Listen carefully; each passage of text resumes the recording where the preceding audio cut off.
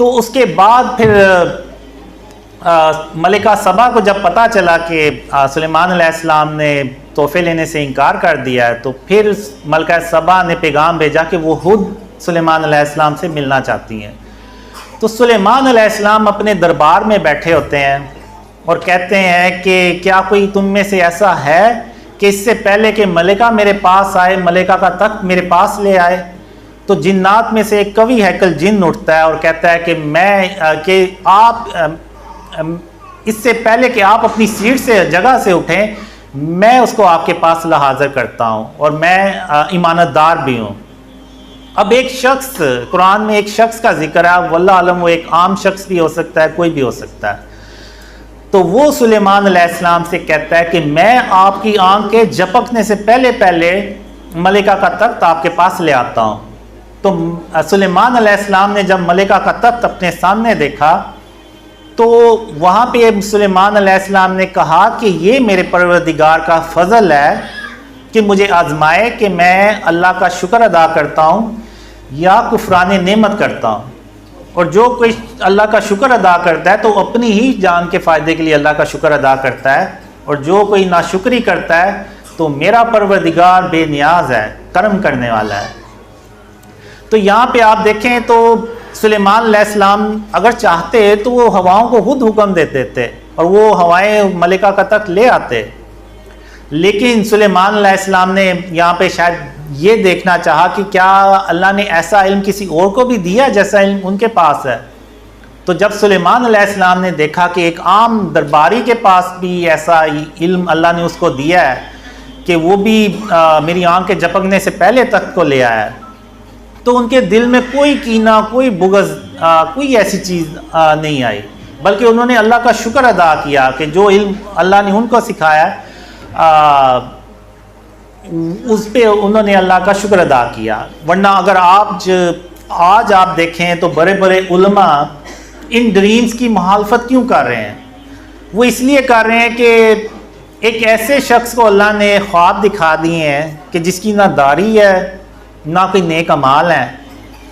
تو یہ چیز ان سے جو ہے نا وہ آپ کہہ لیں کہ ہضم ہی نہیں ہو رہی۔ تو اب یہاں پہ اگر کوئی بادشاہ ہے یا کچھ اور ہے تو وہ تو یعنی ان لوگوں کی طرح کہ کوئی ہوتا تو وہ تو یہی کہتا کہ یہ تو میری بادشاہت کو چیلنج کر دیا ہے، یہ تو کل کو اپنی سلطنت بنا لے گا اور یہ کر لے گا۔ لیکن سلیمان علیہ السلام نے اللہ کا شکر ادا کیا۔ تو ہمیں اللہ کے نبیوں سے سیکھنا چاہیے، ان کی سنت سے، کہ جب ان کے دور میں بھی ایسے واقعات ہوتے تو وہ اللہ کا شکر ادا کرتے تھے، نہ کہ کوئی کینہ اور بغض رکھتے تھے۔ ان علماء کو بھی جب پتہ چلا ان ڈریمز کا تو وہ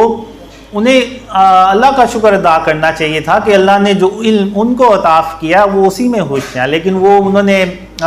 پتہ نہیں عجیب باتیں کرنا شروع کر دیں۔ تو بہرحال اب جب ملکہ سبا جو ہیں وہ سلیمان علیہ السلام کے پاس پہنچی تو اس سے پہلے سلیمان علیہ السلام نے ان کے جو تخت ہے نا اس میں رد و بدل کر دیا کہ دیکھیں کہ ملکہ سوجھ بوجھ رکھتی ہے یا سوجھ بوجھ رکھنے والوں نہ رکھنے والوں میں سے ہے۔ تو جب ملکہ سبا وہاں پہنچی تو سلیمان علیہ السلام نے کہا کہ کیا آپ کا تخت بھی ایسا ہی ہے؟ تو ملکہ نے اپنے تخت کو جب دیکھا تو اس نے پہچان لیا، تو اس نے کہا کہ یہ تو میرا ہی تخت ہے، اور ہم کو اس سے پہلے ہی سلیمان علیہ السلام کی عظمت اور شان کا علم ہو گیا تھا۔ تو پھر سلیمان علیہ السلام نے کہا کہ اب محل میں چلیے۔ تو جب وہ محل میں گئی تو محل کا جو فرش تھا نا اس کو پانی کا حوض سمجھا، یعنی پانی کا تالاب سمجھا، تو اپنے ٹانگوں سے کپڑا اوپر، پنڈلیوں سے اوپر کپڑا کر لیا۔ تو سلیمان علیہ السلام نے کہا کہ یہ ایسا محل ہے جس کے نیچے بھی شیشے جڑے ہوئے ہیں۔ تو اب یہاں پہ جو ملکہ سبا نے ورڈ یوز کیے وہ بھی ان پہ بھی ذرا غور کریں۔ تو ملکہ نے کہا کہ میں اس سے پہلے اپنے اوپر ظلم کرتی آئی تھی، یعنی شرک کرتی رہی تھی، اور اب میں سلیمان علیہ السلام کے ساتھ اللہ رب العالمین پر ایمان لاتی ہوں۔ تو اب یہ جو واقعات ہیں یہ اللہ نے سلیمان علیہ السلام کا ایک ہی واقعہ ایسا بیان کیا ہے۔ اب ہو سکتا ہے پتہ نہیں کتنی قوموں پہ سلیمان علیہ السلام نے ایسے ہی چڑھائی کی اور ان کو شرک سے منع کیا اور ان کو مسلمان کیا ہو، تو اب جو اللہ نے جو معیار بنایا تو وہ بھی جو ہے نا شرک کی بیس پہ بنایا، اور انہی شرک کی بیس پہ ہی شرک کی بیس پہ ہی اللہ نے نبیوں کے رینکس بنائے۔ اب آگے سورہ کاف کو دیکھتے ہیں، تو سورہ کاف میں اللہ تعالیٰ نے ارشاد فرمایا ہوا ہے کہ وہ چند لوگ تھے جو ایک ظالم بادشاہ کے آگے کھڑے ہو گئے اور اس ظالم بادشاہ سے کہا کہ یہ جو تم نے باطل خدا بنائے ہوئے ہیں، ان کا وجود اللہ کو نہ آسمانوں میں ملتا ہے نہ زمین میں ملتا ہے، اور اس کو شرک کرنے سے منع کیا۔ تو اس بادشاہ نے بجائے اس کے کہ ان اصحاب کاف کی بات سنتے تو ان کو قتل کرنے کے لیے پلان بنایا، تو اللہ نے بھی تدبیر کی اور ان کو غار میں لے گیا، اور 309 سال تک تقریباً غار میں سلائے رکھا اور اپنا ایک معجزہ بنایا۔ اور قرآن میں یہ معجزہ جو ہے یہ بہت زیادہ ڈسکس ہوتا ہے، بہت علماء ایون سورہ کاف کا تو حدیثوں میں ذکر ہے کہ ہر جمعے کو اس کو ضرور پڑھیں، اور اس کی جو پہلی 10 آیات ہیں وہ دجال کے فتنے سے بچاتی ہیں۔ اور آپ یہاں بھی اندازہ لگائیں کہ یہاں پہ اللہ نے ان کی کوئی نیک عمل کا ذکر نہیں کیا کہ وہ بہت نماز پرہیزگار تھے، دیندار تھے، نہیں، اللہ نے یہاں پہ بھی شرک کے اوپر جب انہوں نے سٹانس لیا تو وہ پھر اللہ نے ان کا ذکر کیا قرآن میں اور ان کو اپنا معجزہ بنا دیا۔